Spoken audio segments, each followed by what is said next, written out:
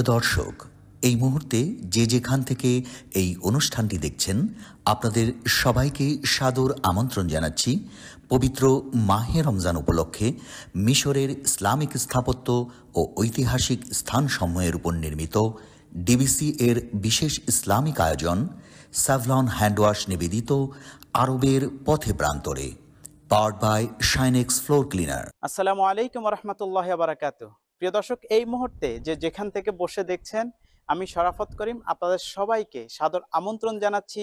প্রিয় দর্শক, আজকের পর্বে আপনাদেরকে নিয়ে এসেছি মিশরের কায়রোতে অবস্থিত দুইজন বিখ্যাত সাহাবীর মাকবারায়। একজন হচ্ছে উকবা ইবনে আমের রাদিয়াল্লাহু তাআলা আনহু। আপনারা আমার পিছনে দেখতে পাচ্ছেন, এটি হচ্ছে যে মসজিদে উকবা ইবনে আমের রাদিয়াল্লাহু তাআলা আনহু। ওনার নামেই মসজিদটি করেছেন।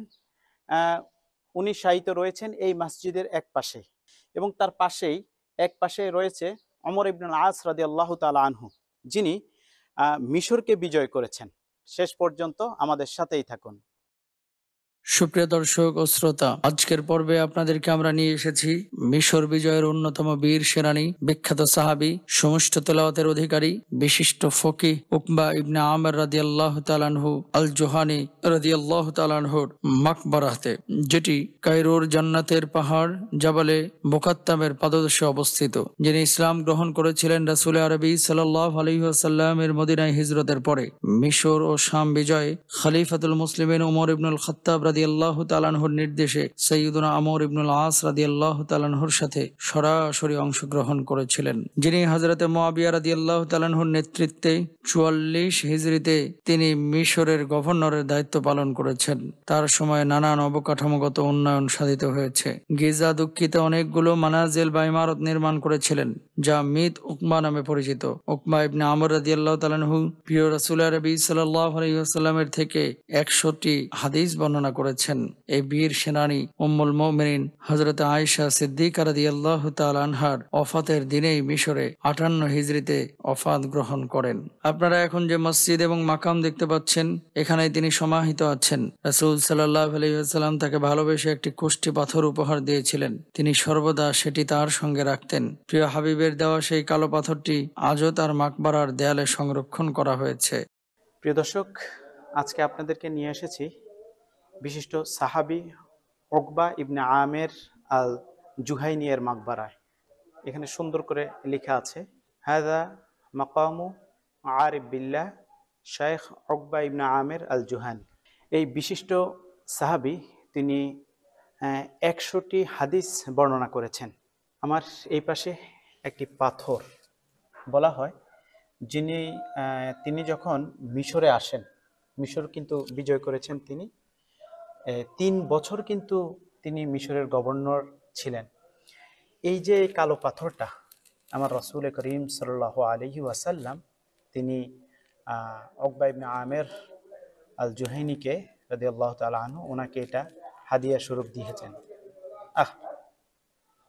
যে পাথরে আমার রাসূল সাল্লাল্লাহু আলাইহি ওয়াসাল্লামের হাত পড়েছে, কতই না ধন্য। আপনারা মাকামের উপরে এই বৃহৎ গম্বুজটি দেখতে পাচ্ছেন, যেটি সুলতান সালাহউদ্দিন আইয়ুবী রাহিমাহুল্লাহ তৈরি করেছিলেন। রাসূল সাল্লাল্লাহু আলাইহি ওয়াসাল্লামের মুবারক সোহবতে ধন্য প্রখ্যাত ফকিহ সাহাবী মিশর বিজেতা উকবা ইবনে আমর রাদিয়াল্লাহু তাআলা আনহু ছিলেন সুমিষ্ট কণ্ঠের অধিকারী। সুললিত সুরের সুমধুর তেলাওয়াত করতে পারতেন তিনি। একবার সাইয়্যিদুনা ওমর রাদিয়াল্লাহু তাআলা আনহু উকবা ইবনে আমর রাদিয়াল্লাহু তাআলা আনহুকে তেলাওয়াত করে শোনানোর জন্য অনুরোধ করলেন। যখনই তিনি তেলাওয়াত শুরু করলেন, ওমর রাদিয়াল্লাহু তাআলা আনহু তার তেলাওয়াত শুনে কান্নায় ভেঙে পড়লেন। যে কণ্ঠ খলিফাতুল মুসলিমিনকে অস্ত্রসিক্ত করেছে, সে কণ্ঠ কতই না মধুর ছিল। সুপ্রিয় দর্শক, পবিত্র কুরআনুল কারীম বিশুদ্ধ করে তেলাওয়াত করা, এটা রাসূল আকরাম সাল্লাল্লাহু আলাইহি ওয়াসাল্লাম যেমনি ভাবে হাদিসের মধ্যে বলেছেন, তদ্রূপ ভাবে আল্লাহ সুবহানাহু ওয়া তাআলা পবিত্র কুরআনুল কারীমের মধ্যে বলেছেন। রব্বুল আলামিন বলছেন, ওয়ারাত্তিলিল কুরআনা তারতিলা, তারতিলের সাথে তোমরা কুরআন তেলাওয়াত করো। বিশুদ্ধভাবে কোরআন তেলাওয়াত করা প্রত্যেকটি মুসলমান নর নারীর উপরে ফরজ। আল্লাহ সুবহানাহু ওয়া তাআলা এর জ্ঞান অর্জন করাও ফরজ করে দিয়েছেন। আমাদের বাংলাদেশে এবং আমাদের এই অঞ্চলের মানুষ, সাধারণ মানুষ যারা কলেজ বিশ্ববিদ্যালয়ে পড়াশোনা করে, অনেকেরই পড়া অশুদ্ধ এবং অনেকেরই আছে শুদ্ধ। অথচ মিশর, সৌদি আরবের অসংখ্য মানুষ রয়েছে যারা দুনিয়াবি শিক্ষায় শিক্ষিত, ডাক্তার হয়েছেন, বিজ্ঞানী হয়েছেন, ইঞ্জিনিয়ার হয়েছেন, বড় বড় স্কলার হয়েছেন, কিন্তু কোরআনুল করিমের তেলাওয়াত তাদের অশুদ্ধ নয়, বরং কোরআনুল করিমকেও তারা শ্রদ্ধা করেছেন, শুদ্ধ করে তেলাওয়াত করেছেন। প্রিয় দর্শক, আল্লাহ সুবহানাহু ওয়া তাআলা পবিত্র কোরআনুল করিম নাজিল করেছেন হুদাল্লিন নাস, মানুষের হেদায়েতের জন্য, হুদাল্লিল মুত্তাকিন, মুত্তাকিদের হেদায়েতের জন্য। রমজান মাস চলছে, এই মাসে আল্লাহ সুবহানাহু ওয়া তাআলা পবিত্র কোরআনুল করিম নাজিল করেছেন। আল্লাহ তাআলা বলছেন, শাহরু রমাদানাল্লাযী উনজিলা ফীহিল কুরআন হুদাল লিন-নাস ওয়া বাইয়িনাতিন মিনাল হুদা ওয়াল ফুরকান। রমজান মাস এমন একটি মাস যে মাসে আল্লাহ সুবহানাহু ওয়া তাআলা পবিত্র কোরআনুল করিম নাজিল করেছেন।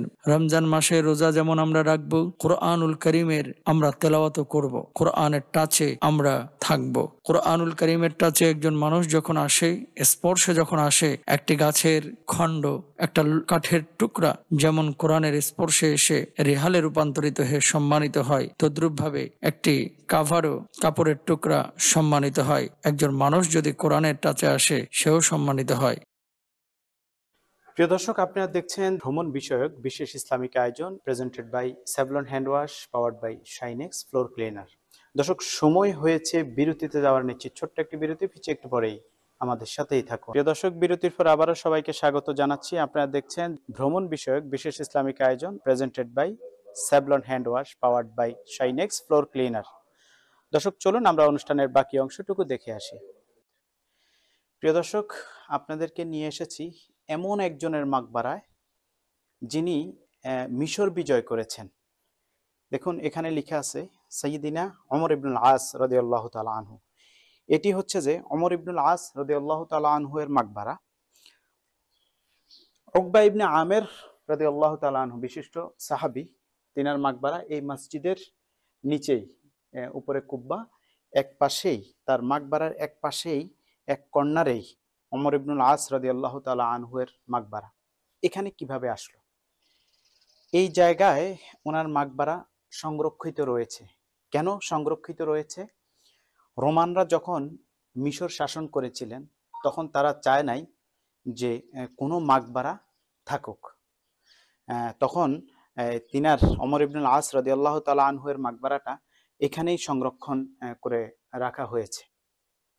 আমরা এই মহান সাহাবী ওমর ইবনুল আস রাদিয়াল্লাহু তাআলা আনহু এর জন্য আল্লাহ সুবহানাহু ওয়া তাআলার কাছে খাস করে দোয়া করব, আল্লাহ সুবহানাহু ওয়া তাআলা যেন তিনাকে জান্নাতের সর্বোচ্চ মাকাম দান করুক।